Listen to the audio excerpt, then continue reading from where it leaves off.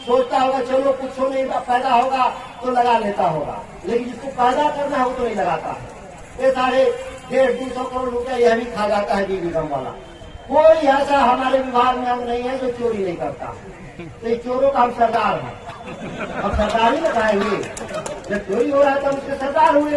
कोई मंत्री अपने ही मुख्यमंत्री को चुनौती दे रहा है और कह रहा है कि मैं चोरों का सरदार हूँ, और कह रहा है कि खाद में, बीज की बिक्री में, केमिकल फर्टिलाइजर की बिक्री में भारी भ्रष्टाचार हम रोक नहीं पा रहे हैं।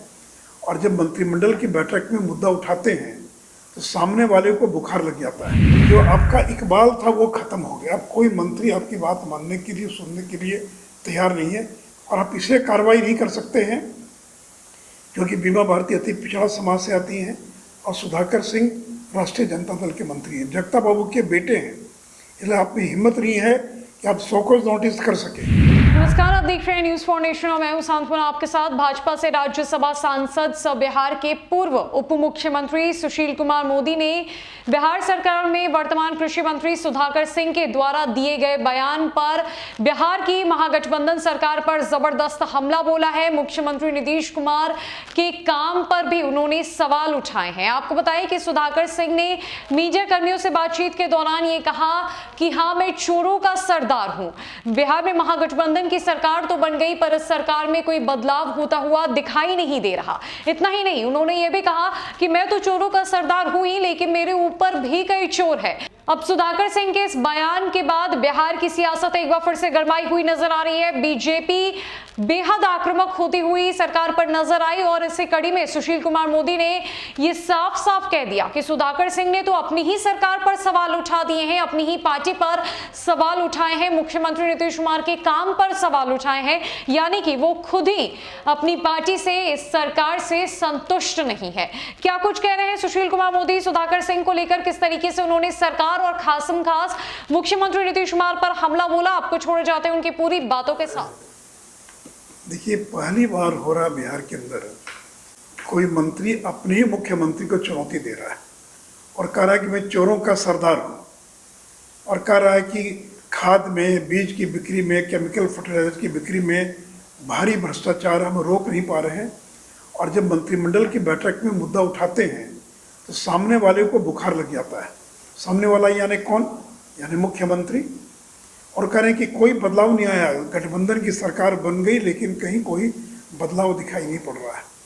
तो अगर कोई राज्य सरकार का मंत्री अपने मुख्यमंत्री को चुनौती दे रहा और मुख्यमंत्री चुप्पी साधे हुए हैं, वहीं दूसरी ओर बीमा भारती अपनी सरकार के मंत्री को चुनौती दे रही है और कहीं उनको हटाइए। ये तो हम लोगों ने मांग नहीं किया, तो उन्हीं की पार्टी की विधायक जो वो मांग कर रही हैं, और वो दिखा रही कि उन पर हत्या के मामले में वो उन पर FIR दर्ज है, फिर भी सरकार कार्रवाई नहीं कर रही है। तो ये नीतीश जी कैसी सरकार चला रहे हैं? आपके दल में विद्रोह की स्थिति पैदा होगी, बीमा भारती मान नहीं रही है, लगातार आपकी धमकी के बावजूद वो अपनी बातों पर कायम है।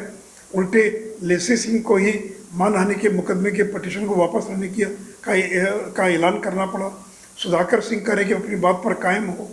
तब आपका जो वजूद था, जो आपका इकबाल था, वो ख़त्म हो गया। अब कोई मंत्री आपकी बात मानने के लिए, सुनने के लिए तैयार नहीं है, और आप इसलिए कार्रवाई नहीं कर सकते हैं क्योंकि बीमा भारती अति पिछड़ा समाज से आती हैं और सुधाकर सिंह राष्ट्रीय जनता दल के मंत्री हैं, जगता बाबू के बेटे हैं। इसलिए आप में हिम्मत नहीं है कि आप शोकॉज नोटिस कर सकें, आप उनको बुलाकर पूछ सकें कि आप इस तरह का बयान क्यों दे रहे हैं। और इसी का परिणाम है कि पार्टी में भगदड़ मची है। दादरा नागर हवेली की पूरी इकाई जो है वो बीजेपी में मर्ज कर गई। तो देखिए, उन्होंने जो निर्णय लिया राजद के साथ जाने का, कांग्रेस के साथ जाने का, उसके खिलाफ लोगों ने विद्रोह कर दिया पार्टी के अंदर।